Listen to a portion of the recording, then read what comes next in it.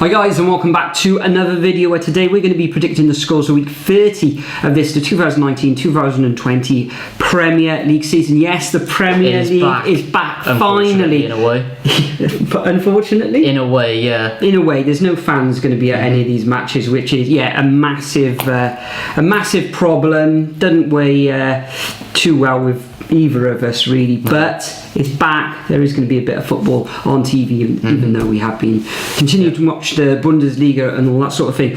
But we have recorded this video already, but that's null and void. I've had a look at how we predicted before, way back in March. I've changed my mind on some of these things, so we'll see how we get on with these predictions, which is coming up very shortly. But as a little bit of a recap, Nathan, for the season, the number of predictions and everything, you're on 199 points, I'm on 208 points, and the viewers, you guys, are on 182 points. But there's 9 games left now. I think there's 10 for 4 of the teams. That's why in this coming game week there are 12 fixtures, so a feast of football coming up for the next month or so. Fantasy football is back as well. I'm in 24th position.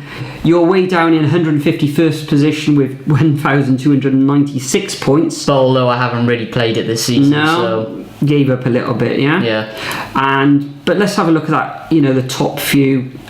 We've got at the top of the league there, William Robinson managing William City, and William is on 1,727 points, followed by Big Bang Attack, managed by Cutty Axe, and Cutty is currently on 1,703 points, so it's all to play for.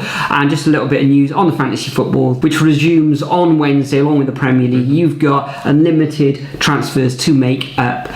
I think it's normally a couple of hours before kick-off. So enough of that, that's the housekeeping done. Let's move on and make our predictions for week 30.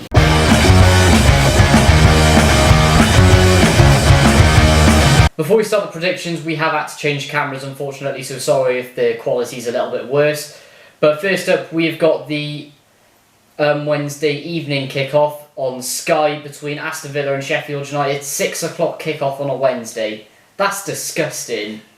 I know, I'd just be getting home from work. Yeah. I get through the door and then sit down, eat, and watch this fixture. Yeah, exactly. As well. So. And it just reinforces the fact that Sky or anyone really at the Premier League do not care at all about the fans and what they think and when the fans can watch the games. It's truly disgusting. They just start slowly losing the fans over time.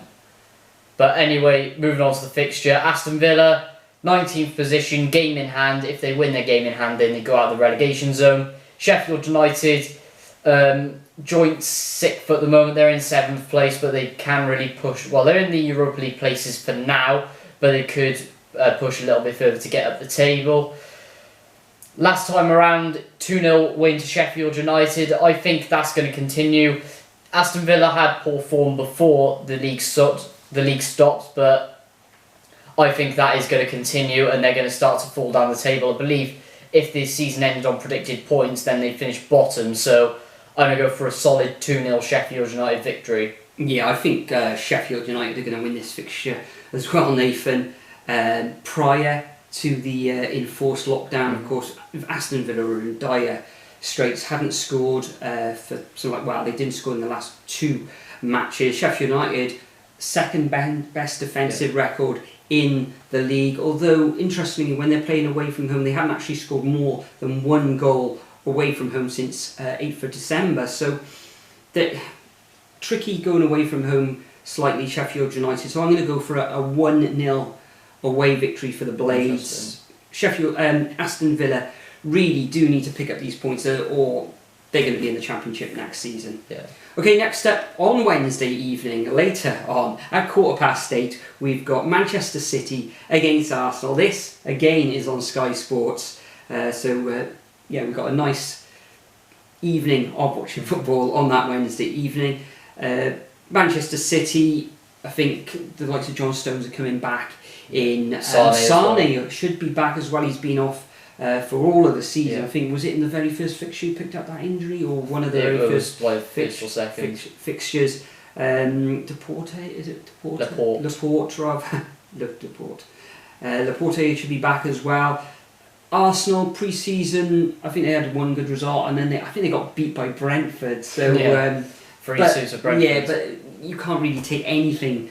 It's all about getting in those minutes in these pre-season friendlies or these friendly fixtures. I think Manchester City are going to be too strong for the Gunners in this one. They are at home, so I can only see a victor to the Citizens in this one. And I'm going to go for a 3-1 victory, and it'll be very, very interesting as well to see how Arteta comes up against Guardiola, his mentor, of course, at Manchester City. So that will be very interesting. But 3-1 for me for the Citizens. Yeah, like I said, that will be an interesting clash, but it's so hard to say because Arsenal been good under Arteta, but this is a massive test for them. And with the amount of injuries that Man City, or with the amount of players that Man City are getting back now, I mean, Laporte is massive in defence.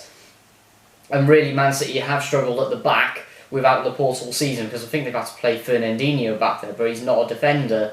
So I think it's going to be tight, but Man City should get the better of Arsenal. I think it'll be 2-1. Next up, we got the 6 o'clock kickoff on Friday on Sky between Norwich and Southampton. Southampton, poor form, getting odd wins here and there. They're not doing the best really, and then Norwich down the bottom of the table. I think they got a win in the game prior to everything shutting down, but they haven't been on good form either. But I think Southampton will look at this game thinking they're gonna have to win this. Don't think Norwich will score. Southampton should keep a clean sheet in this one, and I think Southampton will end up winning 2-0. Yeah, I've actually gone for the same result, not the same scoreline. I'm actually going to go for a 1-0 away victory to Southampton in this one. Although it is, depending on how these teams come back, it's sort of the start of a season again. So you could see shock results like Norwich even winning this match. Will there be goals? Will the defensives be a little bit rusty? So, will the strikers be sharp? I don't think Pukki will somehow. You never know. Well, he started off the season on fire, didn't he? Scored a load of goals, then he sort of... But that was his momentum being carried over from the Championship. And then he did start to score then midway through the season as well. But yeah, as I said, a 1-0 victory to the Saints in this fixture. Next up, again on Friday night, again being shown live on Sky at 8:15, we've got Spurs at home against Manchester United. Very mouth-watering clash this one. Manchester United, prior to lockdown, were in some fine form, find themselves in 5th position. They did get that victory against Manchester City. They're bitter rivals. Victory as well. Slightly, Pogba's back in the frame as well, so he could be there with Hernandez. Hernandez was absolutely fantastic. I think. Hopefully, that'll be a very good combination. But. With the two of them, because they both like to go forward, would they be, if they're just playing those two in the centre of the park, will they be exposed then? Don't know how Ollie's going to work that one, who he will pick in the centre midfield. Will he go for 3? Will he go for 2 there? But I think that Manchester United are going to actually come away on top in this one. Again, it's Jose Mourinho coming up against a former side, so that adds a little bit extra spice. But I'm going to go for a Man United win. I'm going to go for 2-0, although it could finish 0-0. It's the type of thing that Mourinho could do. He could shut up shop. But park the bus at the back. Yeah, I'm going to go for a 2-0 away victory to the Red Devils. Yeah, I've gone exactly the same. I've gone 2-1 as well, 2-0 as well. 2-1 prior in the season. Not sure if that was under... not sure if that was when Pochettino was in charge or if Jose Mourinho had come in, but I can still see Man United winning this one, and hopefully, I think Dan James will look at the possible rumours with Jadon Sancho possibly come in, and maybe taking his place on the wing. But really, what are these transfer rumours? I cannot see Sancho coming to Man United somehow. Dortmund in the Champions League, of course. Man United barely in the Europa League, so no chance. Dan James will start to pick up form now and show that he can be the trusted man. So 2-0 Man United. Next up, we got the first Saturday kickoff at 12:30 on BT Sport between Watford and Leicester. Leicester, of course, up there in 3rd, did get a bit of patchy form before everything was shut down, and then Watford, they're also in patchy form as well because they had that massive boost when Nigel Pearson first came in, but they're starting to drop off now a bit. And they did beat Liverpool as well. Yep, they did. 3-0. Famous victory against Liverpool, of course, but I just fancy Leicester's chances in this one. I think it'll be tight, but Leicester will pull away in the end and make sure to secure those Champions League places. So I'm going to say 2-1 to the Foxes. Yeah, I'm going to go for the same result as you, Nathan. Different scoreline. I think there's going to be goals in this one. I'm going to go for a humongous 3-2 away victory to the Foxes. I think in the other video, which is now void, you see that on the thumbnail. I think I predicted a Watford victory in that one, or a draw. But I think with Leicester coming back refreshed, okay, Watford, they're going to be fighting tooth and nail to get away from that relegation zone. But Brendan Rodgers will probably have his tactic board out for the past few weeks and working on things. I'm going to see a 3-2 away victory to Leicester City in this one. Next up, we've got Brighton at home against Arsenal. Again, this one is on BT Sport at 3 o'clock on Saturday afternoon. Brighton, Arsenal, Brighton at home. Strong, you could say. They are in 15th position. They've got a lot of draws. They've actually drawn 4 out of their last 5 matches. Early in the season, they won away at Arsenal as well. So Arsenal have got problems with Brighton, but I think this is one's going to finish all square. I don't think either team will want to lose this one, although Arsenal really need to pick up points if they are going to get back into those European places. But since Arteta's come in, he has, they haven't lost since he has been there. I think that they will lose to Manchester City on Wednesday evening, but in this one I think it's going to finish all square 1-1. I think it's going to be a narrow 1-0 to Arsenal. I think with Brighton's form previously was very well, they haven't won in ages, but I can see that starting to get worse now towards the end of the season, as they usually do. I mean, we saw it with last season. The amount of draws they got was absurd, and they didn't win in ages. I've covered it in previous videos, but I think Arsenal should narrowly beat this one, and then they'll try and bounce back from the Manchester City loss, which is what we're both saying. So 1-0 Arsenal, I'm going to say. Next up, we've got the evening kickoff on Sky at half past 5 between West Ham and Wolves. Now, West Ham, 16th position, very poor form, only got a 3-1 victory against Southampton, and many people thought that was a shock as well. But in all fairness, their running in their last 6 matches has been really tricky, so you can't really take that into account. I mean, they've played Arsenal, Liverpool, Man City, and Liverpool again, so basically guaranteed losses there. And then Wolves, 6th position, some good form in there, beating Tottenham 3-2 recently, destroying Norwich and getting some good draws as well. Very difficult to say what's going to happen in this one. West Ham could pull it out of the park, especially since we can't really tell if they've been on good form or not with the difficulty of fixtures they've had. But because of Wolves and just how well they played before lockdown, I think that's going to carry over. I'm going to say 2-0 to Wolves. Yeah, form you would say is with Wolves, but form probably goes out the window slightly in this restart. West Ham, 16th position, just outside of the relegation zone on goal difference as well. They're 27 points with Bournemouth and Watford, so they really don't need a loss in this match. I don't think they will lose. I think they will get a creditable draw against Wolves. Wolves themselves, a massive array of attacking talent going forwards. If Jimenez, who's lethal, if he's on form, then we could see an away victory. But I'm going to go for a draw in this one. Interesting. No crowd there, so that's going to hinder West Ham slightly. Well, not really, because they don't get atmosphere anyway. Ooh, controversial there.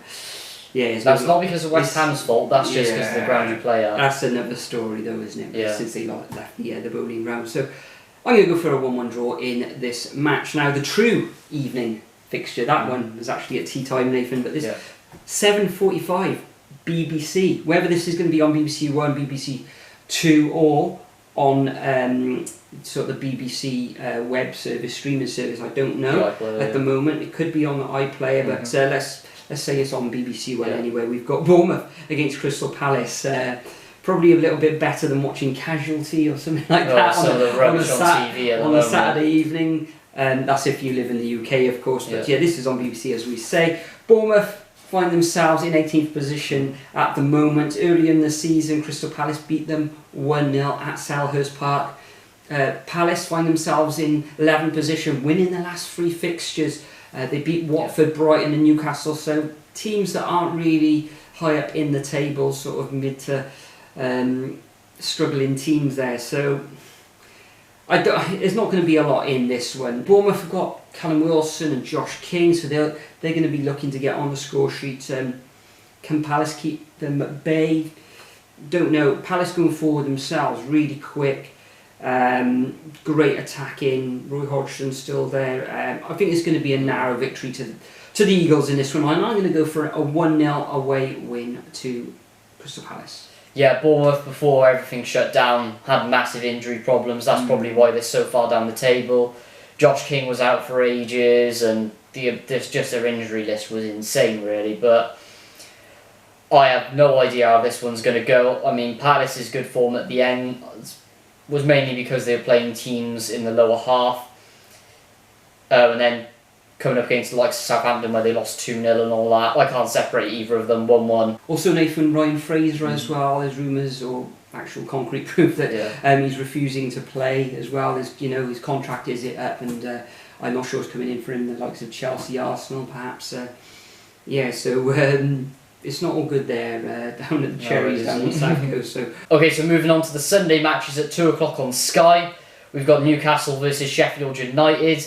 Newcastle patch form before the massive break, and like we touched on before, Sheffield United having some good form in there, trying to push for make sure they have that European place. This one could go either way. Newcastle could surprise everyone, pull out a win. They do like an upset as well, Newcastle, and they are strong at home. But I don't know. I just fancy Sheffield United's chances in this one. They're going to try and keep up and build the momentum. So narrow 1-0 victory to Sheffield United. Yeah, as you say, Nathan, this one could go either way. Yeah. If the crowd were there, Newcastle would have a massive chance against the Blades. In this one, no tsunami at the St James's Park. I think it's reverted back to that now after the was it Intersport Stadium or whatever it was called? Sports Direct, Intersport, or whatever it's named as. Yeah. But Blades going away. Defensively very, very sound, but I think Newcastle at home, on their home turf, are going to pull it out of the bag. Well, a draw anyway, and I'm going to go for a 1-1 draw in this fixture. Next up, on Sky, again at 4:15 on Sunday, we've got Aston Villa against Chelsea. Villa's second fixture of the week after they play Sheffield United on Wednesday evening, of course. Coming up against Chelsea, and Chelsea won the reverse fixture 2-1 earlier in the season. Aston Villa, as we said a little bit earlier in the video, losing the last 4 fixtures. Chelsea currently in 4th position, only lost once of their last 6 fixtures, Chelsea, and they did have that 4-0 magnificent win against the Toffees, Everton as well. They probably got most of their team back as well, Chelsea. I'm going to have to look a little bit into injury problems and all that sort of thing, but I think they've they should be at full fitness. Very exciting times down there in London for Chelsea. I'm going to go for an away victory to the Blues, 2-0. I'm actually going to go for a 3-0 away victory. I think Frank Lampard will want to make a statement that they are going to keep Man United out of the Champions League places, and probably Wolves as well as Sheffield United, to make sure that they do get good European football next season, and then push Villa further into the relegation zone. So 3-0. Next up, we've got the 7 o'clock kickoff on Sunday on Sky between Everton and Liverpool, the Merseyside derby, the big one. Liverpool, I think, how many more points do they need to win the title now? I don't know, is it 4, something like that? It might even be less than that. Might be less than that. Apparently they could possibly win the title depending on Man City's results, so they could win it at an empty Goodison Park. Last time around 5-2, can't really call it with that anymore, especially with no crowd. Usually Everton would be up for it, but no crowd there so to make a difference. So I'm going to say a solid 3-1 victory to Liverpool. I do think Everton will score. Yeah, I think Everton will score as well. Yeah. If this was played back in March, it should have done, then at Everton it could have been very, very tricky for Liverpool, especially them losing the fixture before last against Watford as well. So mentally, the title is pretty much all over. Well, it is all over, you could say. coming back fresh as well. They're going to want to say, yeah, we are the champions and all this sort of thing. So rather than them stuttering now, I fully expect that Klopp's got into them. They're going to want to finish this season with a flourish now, and I can only see one victor in this one. I'm going to go for an away victory to the Reds, but I think it'll be close, and I'm going to go for a 2-1 win. That's probably a bit contradictory to what I said, but yeah, 2-1 to Liverpool. And then finally, the last fixture of week 30 is Manchester City against Burnley, taking place at 8 o'clock on Monday evening, live again on Sky Sports, all these games being live. Burnley, we haven't actually spoken about Burnley, haven't lost in their last 6 fixtures. They've won 3 of those last 6. Those 2 results prior to lockdown was a 1-1 draw against Tottenham and an away draw, a scoreless draw against Newcastle. Manchester City losing their last fixture prior to the Arsenal match, of course, was against Manchester United. With all their players coming back, I fully expect Manchester City to win this one soundly. I'm going to go for a 4-0 win, but as we know, Burnley, they always seem to upset the apple cart for the big teams. So, but yeah, not this time. 4-0 win for Manchester City in this one for me. But then again, with Burnley, they can't really seem to do it away. No. It's always at Turf Moor that they pull off the upsets, but yeah, I think it'll be tight. Burnley will want to. Burnley will probably just park the bus and try and get on the counter attack with this one. Don't think there'll be many goals. 2-0 Man City. Apart from that 2-0 away victory against Manchester United, of course. Exactly. In January. Yeah, they did quite a lot of pressure there. So yeah. So that concludes our predictions for week 30 of this, the 2019-2020 Premier League season. As usual, I'm going to leave a template of these fixtures. So if you want to play at home, copy and paste them from the description into your comment, and you could get a shout out in the next video. Now, I'm going to be I'm going to be selecting somebody at random, probably on Wednesday morning or Tuesday evening to represent you guys, the viewers. Now, there are fixtures pretty much on every day apart from Thursday, and then I think the last of these fixtures takes place on Monday, and there's going to be fixtures again for week 31 taking place on Tuesday. So I'm not sure when we're going to record the fixtures, the predictions for week 31. It'll probably be on Sunday next week, so we won't be able to count the likes of Everton, Liverpool perhaps, and Manchester City, Burnley in this week. So, but it'll all work itself out in the end. But Nathan, before we go and enjoy the sun outside, what do you have anything else to add? Yeah, search my channel, link in description below. And your thoughts on the Premier League restarting? Well, there's a video on that already, so go onto my channel and watch it. Superb. Again, guys, thanks for watching. As always, we've got this sort of time lapse where you can click around, so you can revisit fixtures. Timestamp. That's all below in the description. Thanks for watching. Enjoy the rest of the weekend if this gets up by Monday, and we'll see you in the next video, which is going to be a Bundesliga week 32 predictions video, which will be coming out probably on Wednesday night, Thursday morning. Cheers, guys.